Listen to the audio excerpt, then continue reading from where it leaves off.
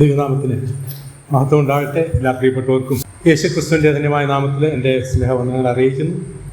ഇന്നത്തെ ചിന്തയ്ക്ക് അടിസ്ഥാനമായിട്ട് പ്രാരംഭമായിട്ട് നമുക്ക് എബ്രായ ലേഖനത്തിൽ നിന്ന് ഒരു വാക്യം വായിക്കാം.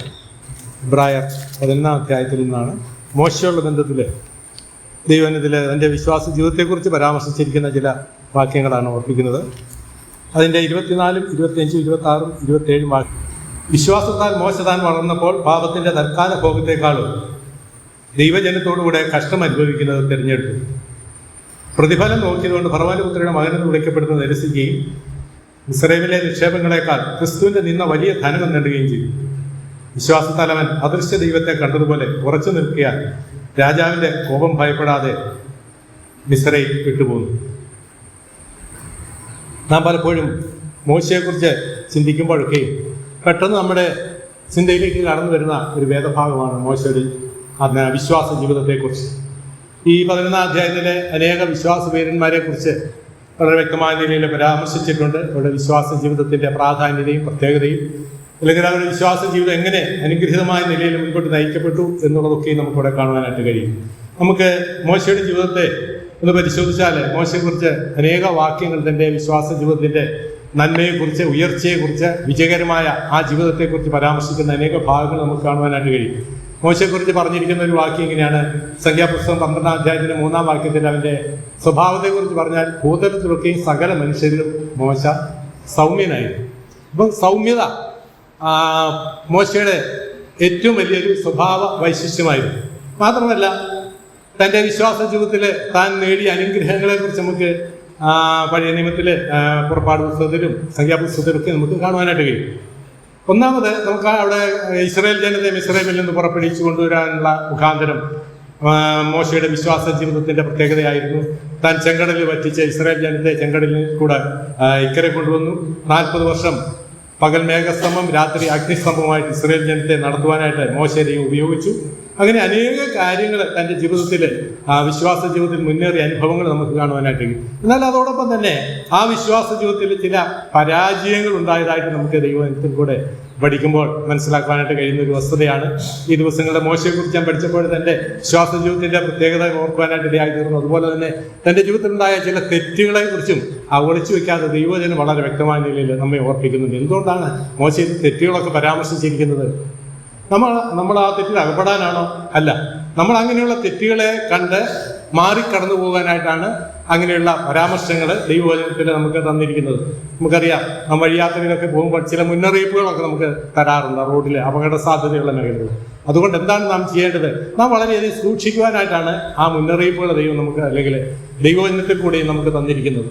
അതുകൊണ്ട് നമ്മൾ ഈ ദിവസങ്ങളിൽ ദൈവവചനം പഠിക്കുമ്പോൾ നമുക്ക് ലഭിച്ചിരിക്കുന്ന മുന്നറിയിപ്പുകളെ മനസ്സിലാക്കി, അല്ലെങ്കിൽ അതിനനുസരിച്ച് ക്രിസ്ത്യ ജീവിതം നയിക്കേണ്ടത് ഏറ്റവും ആവശ്യമാണ്. കൊരിന്ത്യർ ലേഖനത്തിൽ നാം വായിക്കുന്നത് നമുക്ക് ബുദ്ധിയുപദേശത്തിനായിട്ട് തന്നിരിക്കുന്നു. ബുദ്ധിയുപദേശത്തിനായിട്ട് നമ്മുടെ ബുദ്ധി ആ നിലയിൽ വിനിയോഗിക്കുവാനായിട്ട്, അതിൽ പ്രയോജനകരമായും ഫലകരമായും നമ്മുടെ ക്രിസ്ത്യ ജീവിതം നയിക്കുവാനായിട്ടാണ് ഇങ്ങനെയുള്ള മുന്നറിയിപ്പുകൾ ദൈവവചനത്തിൽ കൂടെ നമുക്ക് തന്നിരിക്കുന്നത്. അപ്പോൾ മോശയുടെ ജീവിതത്തിലും ചില പരാജയങ്ങൾ ഉണ്ടായതായിട്ട് നമുക്ക് കാണുവാനായിട്ട് കഴിയും. ഇന്ന് ഞാൻ മോശയുടെ വിശ്വാസ ജീവിതത്തെക്കുറിച്ച് പ്രാരംഭത്തിൽ ഓർപ്പിച്ചെങ്കിലും ജീവിതത്തിൽ തൻ്റെ ജീവിതത്തിൽ ഉണ്ടായ കുറവുകൾ എന്തൊക്കെയാണ് എന്നൊന്ന് പരിശോധിക്കുവാനായിട്ടാണ് ഞാൻ കർത്താവിൽ ആഗ്രഹിക്കുന്നത്.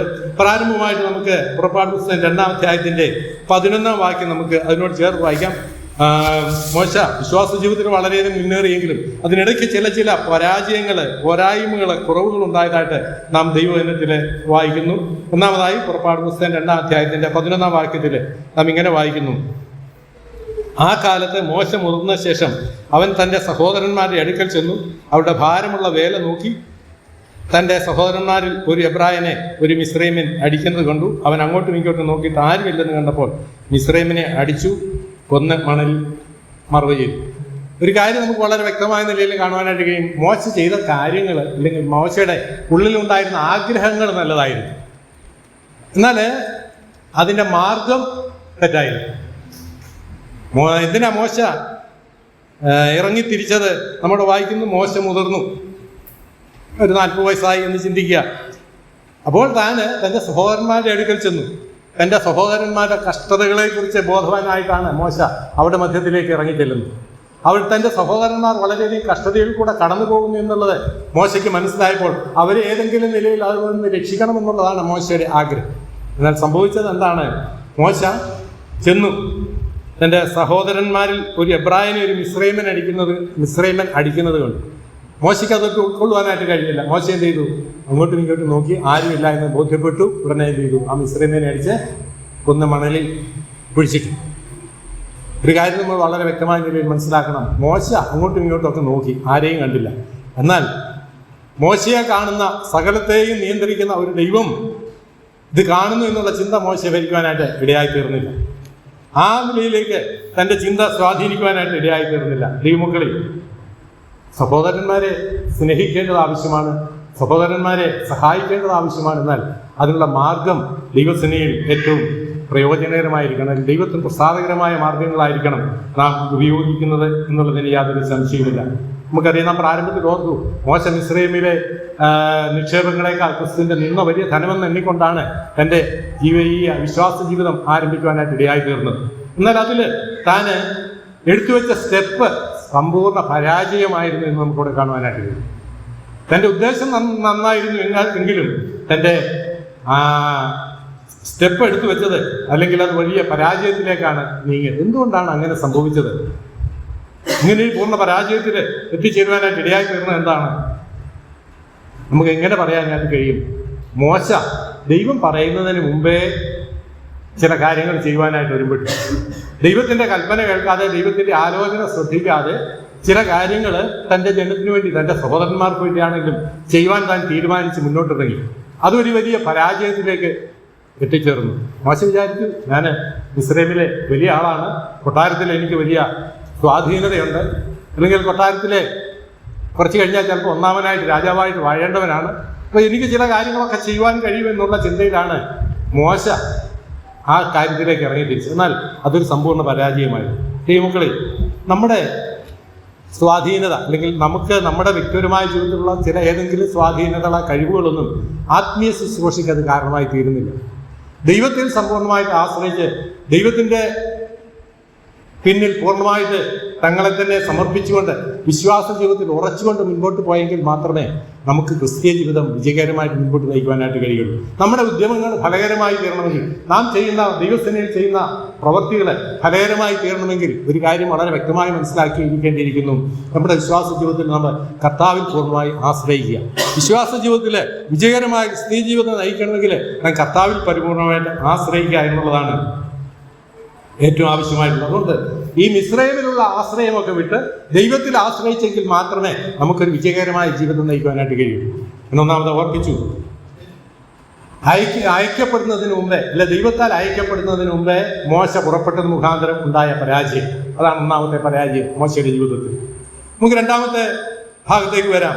3-ാം അധ്യായത്തിന്റെ 11-ാം വാക്യത്തിൽ നാം വായിക്കുന്നത്, പുറപ്പാട് പുസ്തകം 3-ാം അധ്യായത്തിന്റെ 11-ാം വാക്യത്തിൽ, മോശ ദൈവത്തോട് ഫറവോന്റെ അടുക്കൽ പോകുവാനും ഇസ്രായേൽ മക്കളെ മിസ്രൈമിൽ നിന്ന് പുറപ്പെടുവിപ്പാനും ഞാൻ എന്തുമാത്രമുള്ളൂ?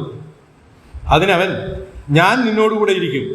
നീ ജനത്തെ മിസ്രൈമിൽ നിന്ന് കൂട്ടിക്കൊണ്ടുവരുമ്പോൾ നിങ്ങൾ ഈ പർവ്വതത്തിൽ ദൈവത്തെ ആരാധിക്കുമെന്നുള്ളത് ഞാൻ നിന്നെ അയച്ചതിന് അടയാളമാകും എന്ന് അരുളിച്ചു.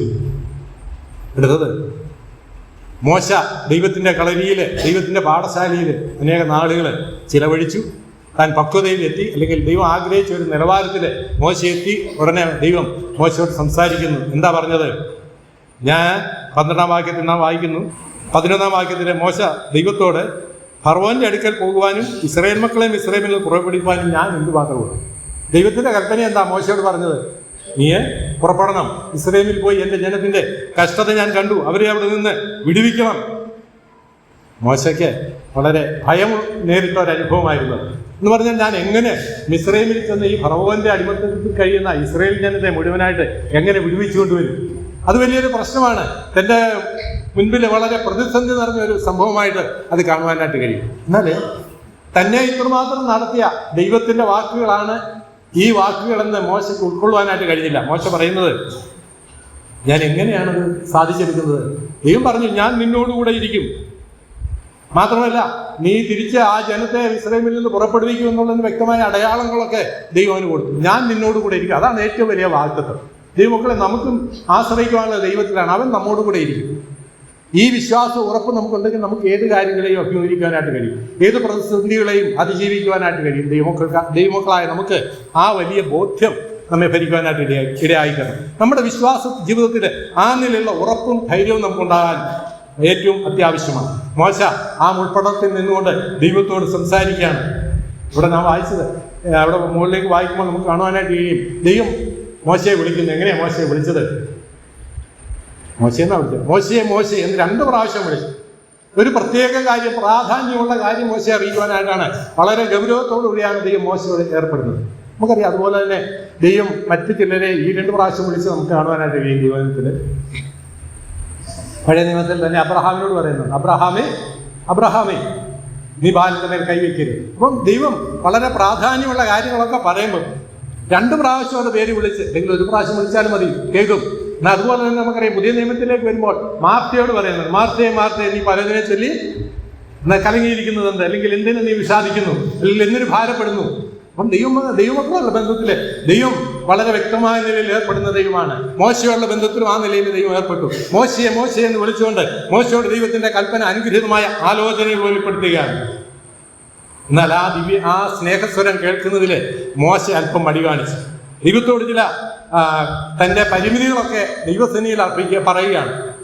എന്താ മോശ പറഞ്ഞു, ഞാൻ എൻ്റെ നാവ് ശരിയല്ല, എനിക്ക് സംസാരിക്കാനൊന്നും കഴിയില്ല, ഞാൻ വിക്കുള്ളവനാണ്. അതുകൊണ്ട് എന്നെ മാറ്റി വേറെ ആരെങ്കിലുമൊക്കെ നയിക്കണം. അപ്പം ദൈവം ഏൽപ്പിച്ച ഉത്തരവാദിത്വത്തിൽ നിന്ന് പുറകോട്ട് മാറുന്ന മോശം. പ്രാരംഭത്തിൽ നമ്മൾ കണ്ടു ദൈവം ഏൽപ്പിക്കാത്ത ഉത്തരവാദിത്തങ്ങൾ ഏറ്റെടുക്കുന്ന മോശം. ഇവിടെ നാം വായിക്കുന്നു ദൈവം ഏൽപ്പിച്ച ശുശ്രൂഷകൾ ഏറ്റെടുക്കാതെ പിന്നോട്ട് മാറി നിൽക്കുന്ന മോശ.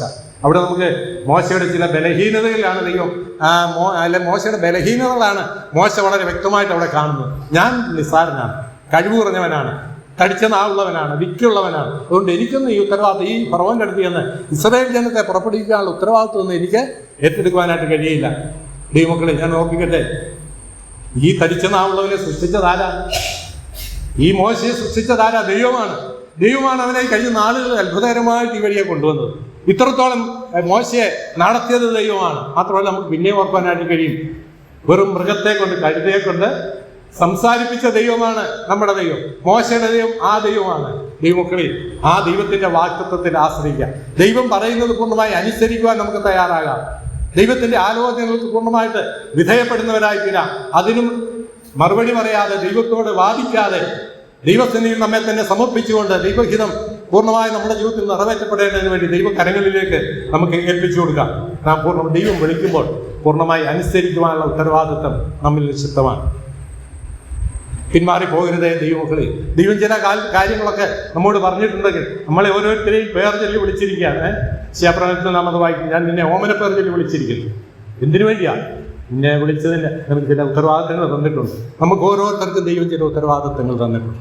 അത് നിർവഹിക്കുവാനായിട്ട് നാം തയ്യാറാകുക. അപ്പം വിളിക്കുമ്പോൾ ദൈവത്തെ പൂർണ്ണമായിട്ട് അനുസരിക്കുക. മൂന്നാമത് മോശയുടെ ജീവിതത്തിൽ സംഭവിച്ച മറ്റൊരു കാര്യം ഞാനിങ്ങനെ ഓർപ്പിക്കട്ടെ. പുറപ്പാട് പുസ്തകം 4:13 നമുക്ക് വായിക്കാം. 4:13 12 മുതൽ വായിക്കാം. ഞാൻ നിന്റെ വായോടുകൂടി ഇരുന്ന് നീ സംസാരിക്കേണ്ടത് നിനക്ക് ഉപദേശിച്ചു തരും എന്ന് അരുളി ചെയ്തു. എന്നാൽ അവൻ, കർത്താവെ, നിനക്ക് ബോധിച്ച മറ്റാരെയെങ്കിലും അയക്കണമേ എന്ന് പറഞ്ഞു. മോശ ദൈവത്തെ ഉപദേശിക്കുകയാണ്. എന്താ ഞാൻ നിന്നോടുകൂടെ ഇരിക്കും എന്ന് ദൈവം കൽപ്പിച്ചു. അപ്പോൾ മോശ പറയാണ്, കർത്താവെ, നിനക്ക് ബോധിച്ച മറ്റാരെയെങ്കിലും അയക്കണമേ എന്ന് പറഞ്ഞു. അപ്പം ഈ മോശയെ സംബന്ധിച്ചിടത്തോളം ദൈവത്തിന്റെ ആലോചന ഉൾക്കൊള്ളുവാനായിട്ട് മോശയ്ക്ക് ഇന്നും സാധിക്കുന്നില്ല. ദൈവത്തിന് ഉപദേശങ്ങൾ കൊടുക്കുക, എനിക്ക് പകരമായിട്ട് വേറെ ആരെങ്കിലും വായിക്കണം. അല്ലെങ്കിൽ നമുക്ക് ഇങ്ങനെ പറയുവാനായിട്ട് കഴിയും, മോശയ്ക്ക് തോന്നിക്കാണും കർത്താവിനെ എന്തോ തെറ്റു പറ്റിയതായിരിക്കും അല്ലേ, എന്നെ ഈ ഉത്തരവാദിത്തം തന്ന് ഈ മിസ്രൈമിലേക്ക് അയക്കുന്നതിൽ ദൈവത്തിന് എന്തോ തകരാറ് പറ്റിക്കാണും, എന്തോ കുറവുകൾ സംഭവിച്ചു കാണും എന്ന് മോശ ന്യായമായിട്ട് ചിന്തിച്ചു. കാരണം തൻ്റെ ഭൗമികമായ കഴിവുകളെ കുറിച്ച് മോശ ബോധവാനാണ്. എന്നാൽ അതിനേക്കാൾ ഉപരിയായിട്ട് ദൈവത്തിന്റെ ശക്തി അവനിൽ വ്യാപരിക്കുന്നുണ്ട് എന്നുള്ള സത്യം മോശയ്ക്ക് മനസ്സിലാക്കുവാനായിട്ട് സാധിച്ചില്ല എന്ന് വേണം നമുക്ക് മനസ്സിലാക്കുവാൻ. നമുക്കറിയാം, പൗലോസ് പറയുന്നുണ്ട്, ഫിലിപ്പി ലേഖനത്തിൽ ഇങ്ങനെ പറയുന്നുണ്ട്, എന്നെ ശക്തനാക്കുന്നവൻ മുഖാന്തരം ഞാൻ സകലത്തിനും മതിയാകും. ദൈവമക്കളെ, നമ്മുടെ ശക്തി നമുക്കൊന്നും പ്രശംസിക്കുവാനില്ല. എൻ്റെ കഴിവുകളിലൊന്നും എനിക്ക് പ്രശംസിക്കുവാനില്ല. എന്നാൽ ദൈവം തരുന്ന കഴിവിൽ ആശ്രയിച്ചുകൊണ്ട്, ദൈവം തരുന്ന ശക്തിയിൽ നിലനിൽക്കുവാൻ, ദൈവത്തിന്റെ ആലോചനകൾ നമ്മുടെ ജീവിതത്തിൽ പ്രായോഗികമാക്കുവാനായിട്ട് ഇടയായിട്ടുണ്ട്.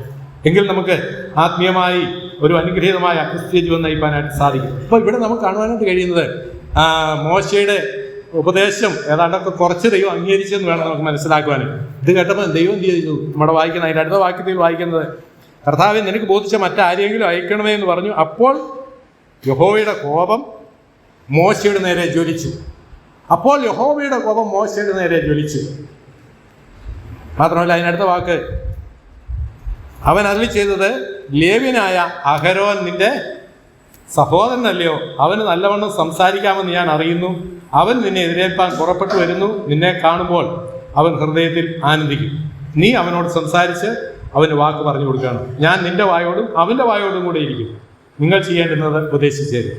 ഞാൻ ഓർപ്പിക്കട്ടെ, അഹരോനെ ദൈവം മോശയ്ക്ക് ഒരു കൂട്ടായി കൊടുക്കുക അല്ലേ? മോശയ്ക്ക് കൂട്ടായിട്ട് അഹരോനെ കൊടുത്തു. ദൈവത്തിൻ്റെ ഹിതമായിരുന്നില്ല. മോശയാണ് ദൈവം തിരഞ്ഞെടുത്തത്.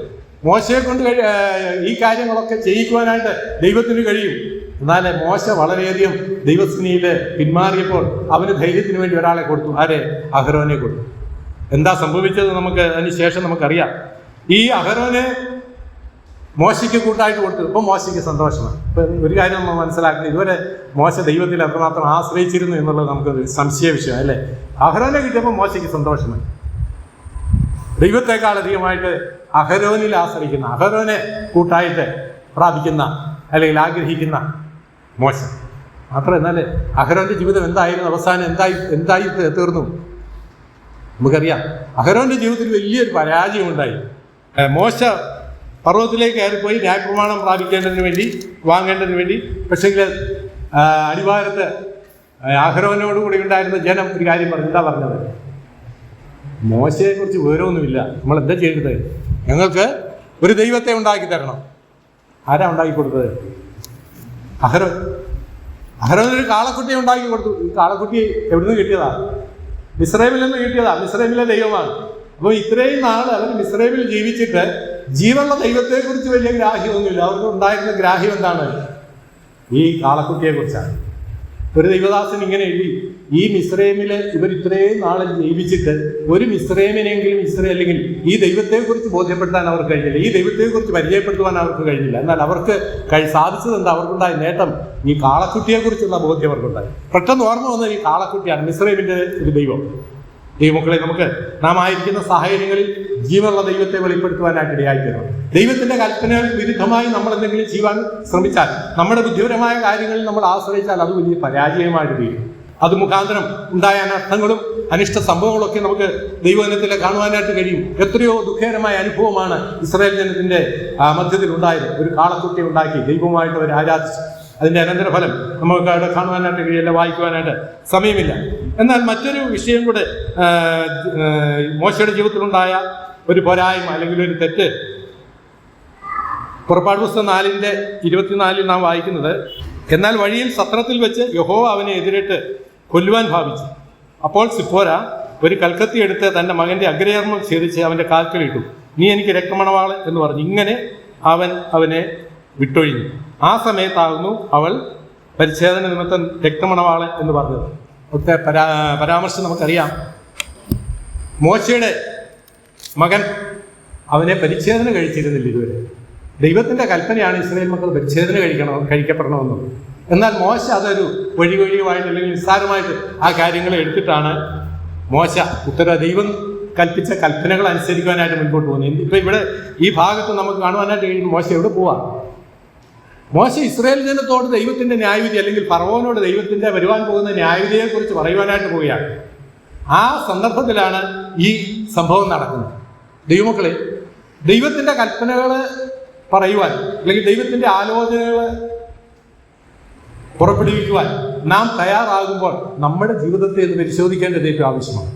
എൻ്റെ ജീവിതത്തിൽ അല്ലെങ്കിൽ എൻ്റെ കുടുംബത്തിൽ, എൻ്റെ കുഞ്ഞുങ്ങളുടെ ജീവിതത്തിൽ എന്താണ് സംഭവം, അല്ലെങ്കിൽ അവരുടെ ആത്മീയ നിലവാരം എന്താണ് എന്നുള്ളത് നമ്മളത് പരിശോധിക്കുവാനായിട്ട് ഇടയാക്കണം. ഇതുവരെ മോശ തൻ്റെ മകൻ്റെ പരിച്ഛേദന കഴിക്കാതെ മുൻപോട്ട് പോവുകയായിരുന്നു. എന്നാൽ ഇപ്പോൾ ഫറവോനോട് ദൈവത്തിൻ്റെ ന്യായവിധി അറിയിക്കുവാനായിട്ട് പുറപ്പെടുമ്പോൾ ദൈവം അവനെ എതിർപ്പെടുകയാണ്, അവനെ കൊല്ലുവാനായിട്ട് ശ്രമിക്കുന്നു. എന്നാൽ അതിന് പ്രതിവിധി അപ്പോൾ തന്നെ മോശ കണ്ടു. നമുക്കറിയാം, നമ്മുടെ ജീവിതത്തിലും പല പ്രതിസന്ധികൾ കടന്നു വരും. നമുക്കതിനെ അഭിമുഖീകരിക്കണമെങ്കിൽ ദൈവത്തിൻ്റെ സാന്നിധ്യവും ദൈവത്തിൻ്റെ കരുതലും ദൈവത്തിൻ്റെ കൽപ്പനയുമാണ് നമുക്ക് ആശ്രയമായിട്ടുള്ളത്. അത് നമ്മുടെ കുടുംബത്തിലെ ഓരോ വ്യക്തികളോടുള്ള ബന്ധത്തിലും നമ്മുടെ ഉത്തരവാദിത്തങ്ങൾ നിർവഹിക്കുവാനായിട്ട് ഇടയായിത്തരണം. പ്രത്യേകിച്ച് നമ്മുടെ തലമുറയോടുള്ള ബന്ധത്തിൽ ദൈവ കാര്യങ്ങളെക്കുറിച്ച് അവരെ ബോധ്യപ്പെടുത്തുവാൻ, ദൈവത്തിൻ്റെ കൽപ്പനകൾ അനുസരിക്കുന്ന കാര്യത്തിൽ അവരെ പരിശീലിപ്പിക്കുവാൻ, അല്ലെങ്കിൽ അവരെ ആത്മീയ നിലവാരത്തിലേക്ക് ഉയർത്തിക്കൊണ്ടുവരുവാനുള്ള ഉത്തരവാദിത്വം നമ്മുടെ ഓരോരുത്തരുടെയും കയ്യിലുണ്ട്. നമുക്ക് വരുന്ന ദിവസങ്ങളിൽ നമ്മുടെ കുഞ്ഞുങ്ങളെക്കുറിച്ച് ബോധവാന്മാരാകാം. അവരുടെ ജീവിതം എങ്ങനെയുണ്ട്, അവരുടെ ജീവിതത്തിലെ കുറവുകളുണ്ടോ എന്ന് പരിശോധിക്കുവാനായിട്ട് ഇടയായിത്തരണം. നമുക്കറിയാം ഇയ്യോബിൻ്റെ ജീവിതത്തിൽ ഇയ്യോബ് എന്താ ചെയ്തത്? എൻ്റെ മക്കളെക്കുറിച്ച് അവൻ വളരെ ബോധവാനായിരുന്നു. ഉത്സവമൊക്കെ കഴിഞ്ഞ് അല്ലെങ്കിൽ അവർ ആ മുൻപോട്ട് പോകുമ്പോൾ എന്തെങ്കിലും കുറവുകൾ അവരുടെ ജീവിതത്തിലുണ്ടോ എന്ന് തനിക്ക് ബോധ്യമില്ല. എങ്കിലും അങ്ങനെ വന്നു പോകാമെന്നുള്ള ചിന്തയിൽ ഇയ്യോബ് തൻ്റെ മക്കൾക്ക് വേണ്ടി യാഗം കഴിക്കുക സാധാരണമായിരുന്നു. ദൈവമക്കളെ, നമുക്ക് നമ്മുടെ കുഞ്ഞുങ്ങൾക്ക് വേണ്ടി, നമ്മുടെ പ്രിയപ്പെട്ടവർക്ക് വേണ്ടി നമുക്ക് ദൈവസേനയിൽ ജാഗരിക്കാം. ദൈവസേനയിൽ നമുക്ക് നമ്മെ തന്നെ സമർപ്പിക്കാം. അവരുടെ ജീവിതം എങ്ങനെയുണ്ട്, നമ്മുടെ കുഞ്ഞുങ്ങളെ ആത്മീയ വളർച്ചയിലേക്ക് നയിക്കുവാൻ നമുക്ക് ഓരോരുത്തർക്കും വലിയ ഉത്തരവാദിത്വമുണ്ട് എന്നുള്ള ചിന്ത നമ്മെ ഭരിക്കട്ടെ. നമുക്ക് ക്രിസ്തീയ ജീവിതത്തിൽ ഉപേക്ഷിക്കേണ്ടതൊക്കെ ഉപേക്ഷിക്കണം, വെട്ടിമാറ്റേണ്ടതൊക്കെ വെട്ടിമാറ്റണം. വേദനാജനകമായ അനുഭവങ്ങൾ നമ്മുടെ ജീവിതത്തിൽ ചിലപ്പോൾ ഉണ്ടായി എന്ന് വരാം. അവിടെയൊക്കെ നാം കർത്താവിൽ പൂർണ്ണമായി ആശ്രയിച്ചുകൊണ്ട് നമ്മുടെ ഉത്തരവാദിത്വം നിർവഹിക്കുവാനായിട്ട് ദൈവം നമ്മെ ഓരോരുത്തരും സഹായിക്കട്ടെ. ചിലപ്പോൾ ഒരു നിവാസൻ ഇങ്ങനെ പറഞ്ഞു, ചിലപ്പോൾ സിപ്പോരെ ആയിരിക്കാം ഇതിന് കാരണമായി തീർന്നത്, എൻ്റെ മകനെ പരിച്ഛേദന കഴിക്കുന്നതിന് അത് സാരമില്ല എന്ന് പറഞ്ഞാണ്. എന്നാൽ ആ ദൈവത്തിൻ്റെ ഇടപെടലുകൾ വളരെ വ്യക്തമായ നിലയിൽ മനസ്സിലാക്കിയപ്പോൾ അവർ ദൈവസേനയിൽ തങ്ങളെ തന്നെ താഴ്ത്തുകയും തങ്ങളുടെ ഉത്തരവാദിത്തങ്ങൾ, തങ്ങളുടെ ജീവിതത്തിലുണ്ടായ കൽപ്പനാലംഘനം അവർ അതിന് പരിഹാരം ഉണ്ടാക്കുകയും ചെയ്തതായിട്ട് നാം അവിടെ വായിക്കും. ദൈവമക്കളായ നമുക്ക് നമ്മുടെ കുഞ്ഞുങ്ങളുള്ള ബന്ധത്തിൽ, നമ്മുടെ തലമുറകളുള്ള ബന്ധത്തിൽ, നമ്മുടെ പ്രിയപ്പെട്ടവരുള്ള ബന്ധത്തിൽ നമ്മുടെ ഉത്തരവാദിത്തം നിർവഹിക്കാൻ ദൈവം നമ്മെ സഹായിക്കട്ടെ. ആത്മീയമായ പരിജ്ഞാനത്തിൽ മുൻപോട്ട് പോകാനായിട്ട് ദൈവം നമ്മെ ഓരോരുത്തരെയും ബലപ്പെടുത്തട്ടെ. മറ്റൊരു കുറവ് മോശയെ സംബന്ധിച്ചിടത്തോളം സംഖ്യാപുസ്തകം 10-ാം അധ്യായത്തിലേക്ക് നമുക്ക് കടന്നു വരാം. സംഖ്യാപുസ്തകം 10-ാം അധ്യായം 30-31 വാക്യങ്ങൾ നമുക്ക് വായിക്കാം. അവനോട്, ഞാൻ വരുന്നില്ല, എൻ്റെ സ്വദേശത്തേക്കും ചാർച്ചക്കാരുടെ അടുക്കിലേക്ക് ഞാൻ പോകുന്നു എന്ന് പറഞ്ഞു. അതിനവൻ, ഞങ്ങളെ വിട്ടു പോകരുതേ, മരുഭൂമിയിൽ ഞങ്ങൾ പാളയമിറങ്ങേണ്ടത് എങ്ങനെയെന്ന് നീ അറിയുന്നു. നീ ഞങ്ങൾക്ക് കണ്ണായിരിക്കും. ഞങ്ങളോടുകൂടെ പോന്നാൽ യഹോവ ഞങ്ങൾക്ക് ചെയ്യുന്നത് പോലെ തന്നെ ഞങ്ങൾ നിനക്കും ചെയ്യും. മോശ പറഞ്ഞ വാക്കുകളാണ്. ആരോട് പറഞ്ഞ വാക്കുകളാണ്? മോശയുടെ ഭാര്യാസഹോദരനായിരിക്കുന്ന ഹോബാബിനോട് പറഞ്ഞ വാക്കുകൾ. അതിൻ്റെ പ്രാരംഭ ഭാഗം നമുക്ക് വായിച്ചാൽ അത് മനസ്സിലാക്കുവാനായിട്ട് കഴിയും. മോശയുടെ ആഗ്രഹം എന്താ? ഹോബാബ് തങ്ങളോട് പോകണം. എന്തിനു വേണ്ടിയാ? ഞങ്ങൾ നാട്ടിലേക്ക് പോവുകയാണ്, സ്വദേശത്തേക്ക് പോവുകയാണ്. അവിടെ അതിൻ്റെ മധ്യത്തിൽ മരുഭൂമിയിൽ ഞങ്ങൾ എങ്ങനെ പാളയം ഇറങ്ങണമെന്ന് നിനക്കറിയാം. ആർക്ക്? ഹോബാബിനറിയാം. അതുകൊണ്ട് ഞങ്ങൾക്കൊരു സഹായമായിരിക്കേണ്ടതിന് നീ ഞങ്ങളോടുകൂടെ പോരണം. മാത്രമല്ല, അവിടെ പറയുന്ന ഒരു പ്രത്യേക പ്രയോഗമുണ്ട്, നീ ഞങ്ങൾക്ക് കണ്ണായിരിക്കും. എത്രയോ ദുഃഖകരമായ അനുഭവം. മോശ പറയാൻ, നീ ഞങ്ങൾക്ക് ഇതുവരെ ആരാ ഇവരെ കൊണ്ടുവന്നത്? ദൈവത്തിൻ്റെ കരുതലും സാമീപ്യവും അനുഭവിച്ചുകൊണ്ടാണ് ഇത്രയും നാൾ മുൻപോട്ട് കടന്നു വന്നത്. ഇപ്പോഴേ ഹോബാബിനോട് പറയാണ്, നീ ഞങ്ങളെ കണ്ണായിരിക്കും. ഇപ്പം അവരുടെ നോട്ടം അങ്ങോട്ട് മാറി, ദൈവത്തിൽ നിന്നൊക്കെ മാറി ഹോബാബിലേക്കായി. വഴിയാത്രയിൽ സഹായത്തിന് ഹോബാബിൽ ആശ്രയിക്കുന്ന മോശ. യഥാർത്ഥത്തിൽ ഇസ്രായേൽ ജനത്തെ മരുഭൂമിയിൽ കൂടി നടത്തുവാൻ ദൈവം വളരെ സംവിധാനങ്ങൾ ഒരുക്കിയിട്ടുണ്ട്, ഇല്ലേ? പകൽ മേഘസ്തംഭമുണ്ട്, രാത്രി അഗ്നിസ്തംഭമുണ്ട്. അവർക്ക് പ്രത്യേകം അവരുടെ യാത്രയെ നിയന്ത്രിക്കുവാൻ തക്കണം പെട്ടകം അവരോടുകൂടെയുണ്ട്. ഇതെല്ലാം ഉണ്ട്.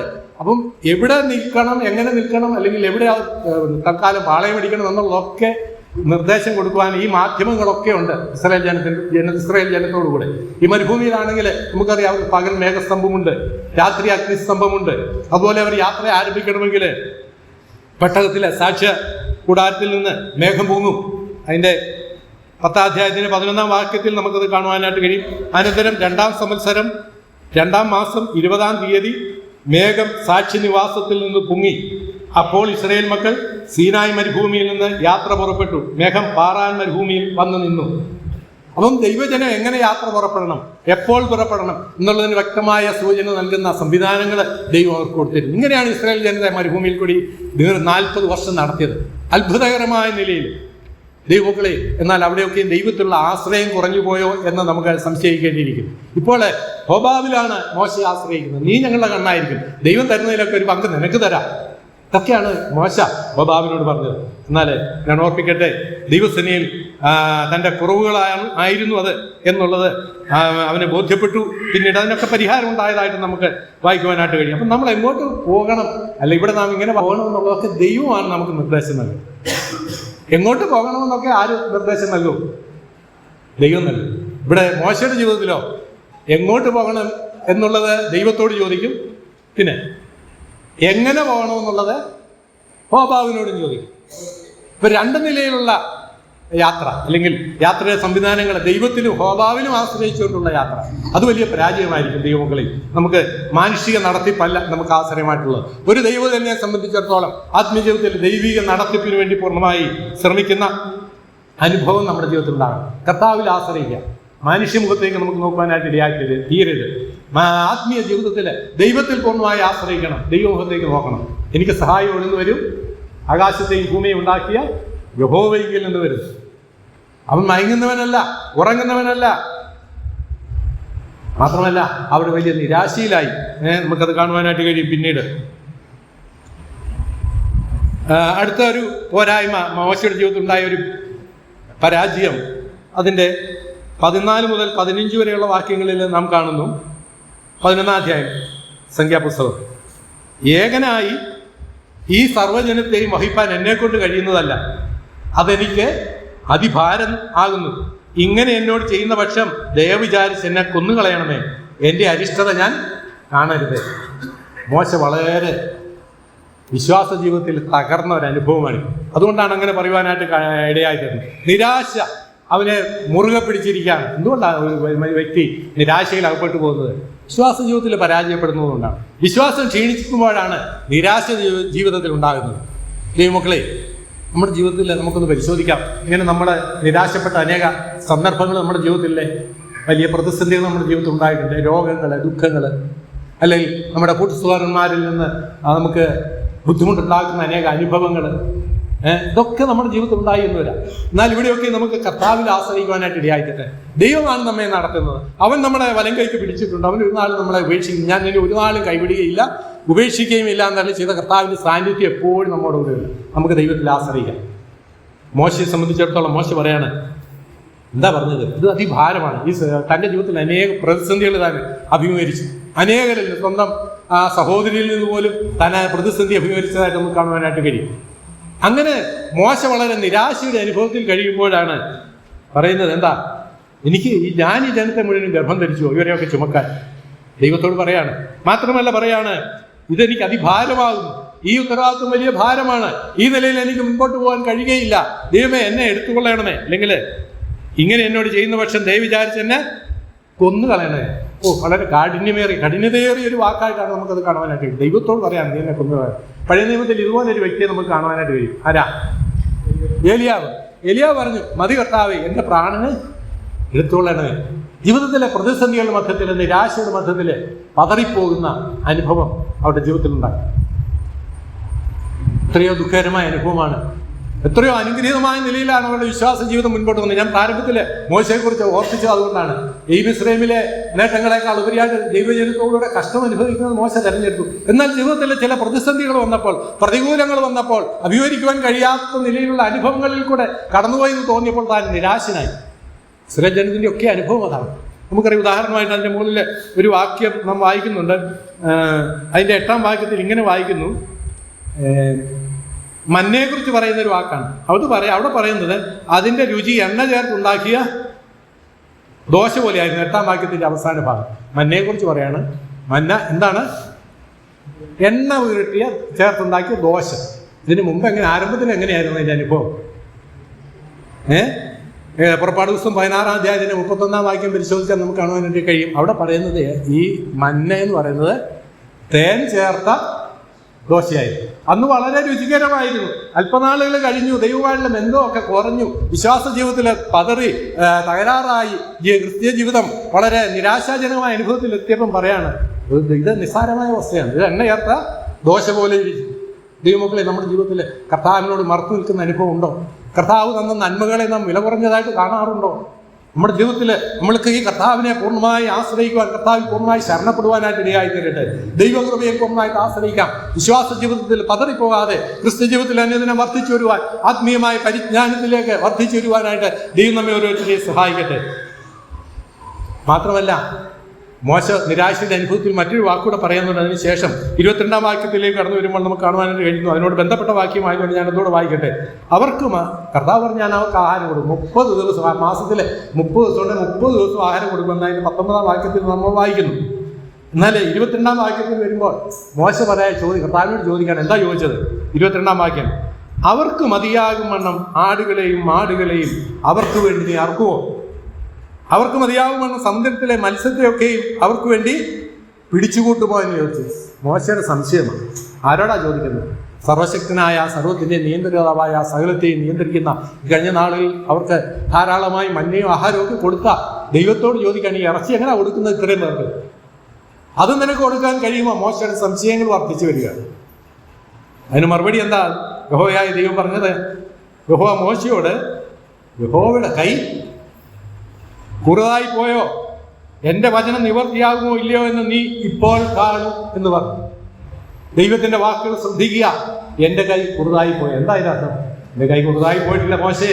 എൻ്റെ കൈ ഇതുവരെ ബലഹീനമായി തീർന്നിട്ടില്ല. ഇന്നും ശക്തനാണ് ഞാൻ. സകലതും പ്രവർത്തിപ്പാൻ മതിയായ ദൈവമാണ് ഞാൻ. മോശയെ ബോധ്യപ്പെടുത്തുകയാണ്. നീ ഇപ്പം കാണുന്നു ദൈവമക്കളെ, വിശ്വാസ ജീവിതത്തിൽ പതറിപ്പോകുന്ന അനുഭവം. നമ്മൾ മറ്റുള്ളതിലേക്ക് ആശ്രയിക്കുമ്പോൾ, ചുറ്റുപാടുകളെ നാം വീക്ഷിക്കുമ്പോൾ പലപ്പോഴും നമ്മുടെ വിശ്വാസ ജീവിതം പതറിപ്പോകും. വിശ്വാസ ജീവിതം ക്ഷീണിച്ചു പോകും. പ്രതികൂലങ്ങളെ കണ്ട് നമ്മൾ ഇല്ലാതായിത്തീരും. നമുക്കറിയാം, ശിഷ്യന്മാരോടുള്ള ബന്ധത്തിൽ കർത്താവ് കൂടെയുണ്ട്. എന്നാൽ ചുറ്റുപാടുള്ള കാറ്റിനെയും കടലിനെയും ഒക്കെ ശ്രദ്ധിച്ചപ്പോൾ അവരുടെ വിശ്വാസ ജീവിതത്തിൽ അവർ താണുപോയി, വീണുപോയി. അവർ പറയാൻ, നിനക്ക് ഞങ്ങളെക്കുറിച്ചൊരു വിചാരവുമില്ല, ഞങ്ങൾ നശിച്ചു പോകുന്നു. ദൈവം അവരോടുകൂടിയുണ്ട്. ഈ കഴിഞ്ഞ നാളിൽ അവരെ നടത്തിയ ദൈവം അവരോടുകൂടിയുണ്ട് എന്നുള്ള ചിന്ത അവരെ വിട്ടുപോയി. ദൈവത്തിലുള്ള ആശ്രയം കുറഞ്ഞു പോയി, വിശ്വാസം കുറഞ്ഞു പോയി. ഈ മക്കളെ നമുക്ക് ഇന്ന് കർത്താവിൽ ആശ്രയിക്കാം, ദൈവകരങ്ങളിൽ ശരണപ്പെടാം. മറ്റൊരു കാര്യം കൂടെ ഞാൻ ഓർപ്പിക്കട്ടെ. ജീവിതത്തിലെ വലിയ ഭാരമായി തോന്നിയ അനുഭവങ്ങൾ മോശ പറയാണ്, എന്നെ കൊന്നുകളയണം. അവിടെ ഒരു വാക്ക് ഞാൻ ഇങ്ങനെ ഓർപ്പിക്കട്ടെ. മുമ്പേ നമ്മൾ പറഞ്ഞു, ഏലിയാവും മോശയും ഇന്ന് വളരെ ഉന്നത വ്യക്തിത്വമായിട്ട് ഇന്ന് നിലകൊള്ളുന്നു അല്ലേ? അവരെ സംബന്ധിച്ചിടത്തോളം നമുക്ക് കാണുവാനായിട്ട് ഈ മോശയും ഈ കർത്താവിനോട് പറഞ്ഞ് എന്നെ കൊന്നുകളയണമെന്ന് പറഞ്ഞ ഏലിയാവിനെ ദൈവം എന്ത് ചെയ്തു? അത് ജീവനോടെ എടുത്തു. കൊന്നുകളയാനൊന്നുമല്ല നിന്നത്, അവനെ ജീവനോടെ എടുത്തു. എന്നാൽ അത് മാത്രമല്ല, മറുരൂപമലയിൽ പ്രത്യക്ഷപ്പെട്ടത് ഈ 2 പേരാണ്, മോശയും ഏലിയാവും. ദൈവം അവരെ വളരെ വ്യക്തമായ നിലയിൽ മനസ്സിലാക്കിയിരുന്നു. അവരുടെ അനുഭവങ്ങളെ കുറിച്ച് ദൈവം ബോധവാനായിരുന്നു. അവരെ ഏറ്റവും ആത്മീയ ജീവിതത്തിൽ അല്ലെങ്കിൽ വിശ്വാസ ജീവിതത്തിൽ ഉയർത്തി നിർത്തി എന്നുള്ളത് കാണുവാനായിട്ട് കഴിയും. പല പ്രതിസന്ധികളുണ്ടാകും. എന്നാൽ മോശ കൈ ഉയർത്തി വടികൊണ്ട് പാറയെ 2 പ്രാവശ്യം അടിച്ചു. മോശയുടെ ജീവിതത്തിലുണ്ടായ മറ്റൊരു പരാജയ കുറവ്, നീയും സഹോദരനായ അഹരോനും സഭയെ വിളിച്ചുകൂട്ടി അവർ കാണെ പാറയോട് കൽപ്പിക്കുക എന്ന് പറഞ്ഞു. എന്നാൽ മോശ എന്താ ചെയ്തത്? ആ വാശിക്ക് വേണമെങ്കിൽ നമുക്ക് പറയാം, പാറയെ 2 പ്രാവശ്യം അടിച്ചു. ദൈവം പറയാത്ത കാര്യങ്ങളാണ് മോശ അവിടെ ചെയ്തത്. അതിൻ്റെ അനുഭവങ്ങൾ താഴേക്ക് നമുക്ക് വായിക്കുമ്പോൾ നമുക്ക് കാണുവാനായിട്ട് കഴിയും. ദൈവനോട് പറഞ്ഞു, നീ മോശയോട് പറഞ്ഞു, നീ പാറയോട് കൽപ്പിക്കാം. എന്നാൽ മോശ പാറയെ 2 പ്രാവശ്യം അടിച്ചു. സംഭവം അവിടെ വിജയിച്ചു എന്ന് പറഞ്ഞാൽ ജനത്തിന് ജലം ലഭിച്ചു. ദാഹിച്ചിരിക്കുന്ന ജനത്തിന് വെള്ളം കൊടുക്കുവാൻ ദൈവം സന്നദ്ധനായി. എന്നാൽ മോശയോടൊരു വാക്ക് പറയുന്നുണ്ട്. അവൻ്റെ കുറവുകളെ മോശയോട് ദൈവം വെളിപ്പെടുത്തുകയാണ്. 12-ാം വാക്യത്തിൽ നാം അങ്ങനെയാണ് വായിക്കുന്നത്. പിന്നെ യഹോവ മോശയോടും അഹരോനോടും, നിങ്ങൾ ഇസ്രായേൽ മക്കൾ കാണുക എന്നെ ശുദ്ധീകരിപ്പാൻ തക്കണം, എന്നെ വിശ്വസിക്കാതിരുന്നത് കൊണ്ട് നിങ്ങൾ ഈ സഭയെ ഞാൻ അവർക്ക് കൊടുത്തിരിക്കുന്ന ദേശത്തേക്ക് കൊണ്ടുപോവുകയില്ല. വളരെ ഭയാനകമായ ദുഃഖകരമായ ദൈവത്തിൻ്റെ കൽപ്പനകൾ പൂർണ്ണമായി അനുസരിക്കാഞ്ഞതുകൊണ്ട് മോശയുടെ ജീവിതത്തിൽ ഉണ്ടായ ദൈവത്തിൻ്റെ ഇടപെടലുകൾ അവരോട് പറയാണ്, നീ ഈ ജനത്തെ കനാൻ നാട്ടിലേക്ക് കൊണ്ടുപോവുകയില്ല. ദൈവത്തിന് ഒരാളല്ലെങ്കിൽ മറ്റൊരാൾ ഉണ്ടാകും തൻ്റെ ഉത്തരവാദിത്തങ്ങൾ നിർവഹിക്കാൻ. എന്നാൽ കൃത്യമായി അനുസരണയോടുകൂടി ദൈവം കൽപ്പിക്കുന്നത് പോലെ ചെയ്യുവാൻ നാം ഓരോരുത്തരും ബാധ്യസ്ഥരാണ്. മോശയുടെ ജീവിതത്തിൽ ഉണ്ടായ ആ ദുഃഖകരമായ അനുഭവം ദൈവമക്കളെ നമ്മുടെ ജീവിതത്തിൽ ഇങ്ങനെ ഉണ്ടാകാതിരിക്കുവാൻ ദൈവം നമുക്ക് ബുദ്ധിയോപദേശത്തിനായി ഇതൊക്കെ എഴുതി തന്നിരിക്കുകയാണ്. നമുക്ക് ഒരു കാര്യം കൂടി ഞാൻ ഇങ്ങനെ ഓർപ്പിക്കട്ടെ. ദൈവത്തിന് ഹിതകരമായ നിലയിൽ പ്രവർത്തിക്കുവാൻ നമുക്ക് കഴിഞ്ഞില്ല എങ്കിൽ ദൈവത്തിൻ്റെ മാനപാത്രങ്ങളായിട്ടിരിക്കുവാൻ നമുക്കാർക്കും കഴിയില്ല. ദൈവം കൽപ്പിച്ചതുപോലെ ദൈവത്തിന്റെ ഹിതപ്രകാരം ജീവിക്കുവാൻ, ദൈവത്തിൽ പ്രയോജനമുള്ള പാത്രങ്ങളായി തീരുവാൻ വരുന്ന ദിവസങ്ങളിൽ ദൈവം നമ്മെ ഓരോരുത്തരെ സഹായിക്കട്ടെ. ദൈവകൃപയിൽ നിലനിൽപ്പാൻ ഇടയാകട്ടെ. നമുക്കറിയാം, മോശം പിന്നെ കർത്താവ് അധിക കാര്യങ്ങളിലൊന്നും ഏർപ്പെടുത്തിയില്ല, അല്ലെങ്കിൽ ഉപയോഗിച്ചിട്ടില്ല എന്നുള്ളത് നമുക്ക് അവിടെ കാണുവാനായിട്ട് കഴിയും. മോശയുടെ ജീവിതത്തിലെ ചില പരാജയങ്ങളാണല്ലോ നാം ഈ നിമിഷങ്ങളിൽ ചിന്തിച്ചുകൊണ്ട് നമുക്ക് ദൈവസേനയിൽ നമ്മെ തന്നെ ഒന്ന് പരിശോധിക്കാം. ദൈവസേനയിൽ വിനയപ്പെടാം. ദൈവകൃപയിൽ നമുക്ക് ആശ്രയിക്കാം. നാം എങ്ങനെയാണ് ദൈവഹിതത്തിന് അനുസരിച്ച് ജീവിക്കേണ്ടത് എന്നുള്ളത് ചുരുങ്ങിയ നിലയിൽ മോശയുടെ അനുഭവത്തോളം ബന്ധത്തിൽ നമുക്ക് കേൾക്കുവാനായിട്ട് ഇടയായിട്ടുണ്ട്. ഒന്ന്, അയക്കപ്പെടുന്നതിന് മുമ്പ് പുറപ്പെടാതിരിക്കുക, അല്ലെങ്കിൽ ദൈവം കൽപ്പിക്കാതെ ഉത്തരവാദിത്തങ്ങൾ ഏറ്റെടുക്കുവാൻ ഇടയാകാതിരിക്കട്ടെ. വിളിക്കപ്പെട്ടപ്പോൾ വിസമ്മതിക്കാതെ മുൻപോട്ട് പോകാൻ ദൈവം നമ്മെ ഓരോരുത്തരെ സഹായിക്കട്ടെ. അല്ലെങ്കിൽ ദൈവത്തിന് പകരമായിട്ട് നമ്മൾ മറ്റാരെയും സബ്സ്റ്റിറ്റ്യൂട്ട് ചെയ്യുവാൻ, അതിന് പകരമായിട്ട് നിർത്തുവാൻ ഇടയായി തീരരുത്.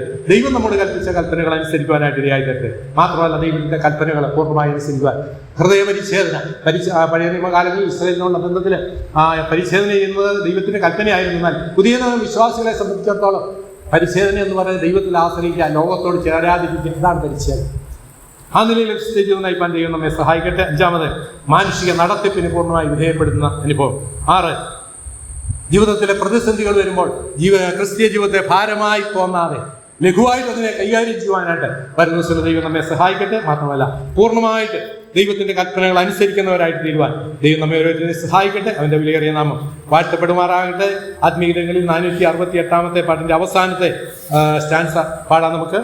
ബുദ്ധിമുട്ടൊക്കെയും പൂർണ്ണമായി ക്രിസ്തുവിൽ തന്റെ ധനത്തിനൊത്ത്, ബുദ്ധിമുട്ടൊക്കെയും പൂർണ്ണമായി ക്രിസ്തുവിൽ തന്റെ ധനത്തിനൊത്ത്, തീർത്തു തരുന്നൊരു നമ്മുടെ ദേവനു, തീർത്തു തരുന്നൊരു നമ്മുടെ ദേവൻ, സ്തോത്രം പാടിടുവിൻ ഹല്ലേലൂയ, ആമേൻ. സ്തോത്രം പാടിടുവിൻ ഹല്ലേലൂയ, ആമേൻ. ഭക്തേരി വിശ്വാസ ജീവിതം പോ ഇത്ര ഭദ്രമ ജീവിതം വേറെയുണ്ട്, ഇത്ര ഭദ്രമ ജീവിതം വേറെയുണ്ട്. ദൈവനാമം വാഴ്ത്തപ്പെടുന്നതാണ്.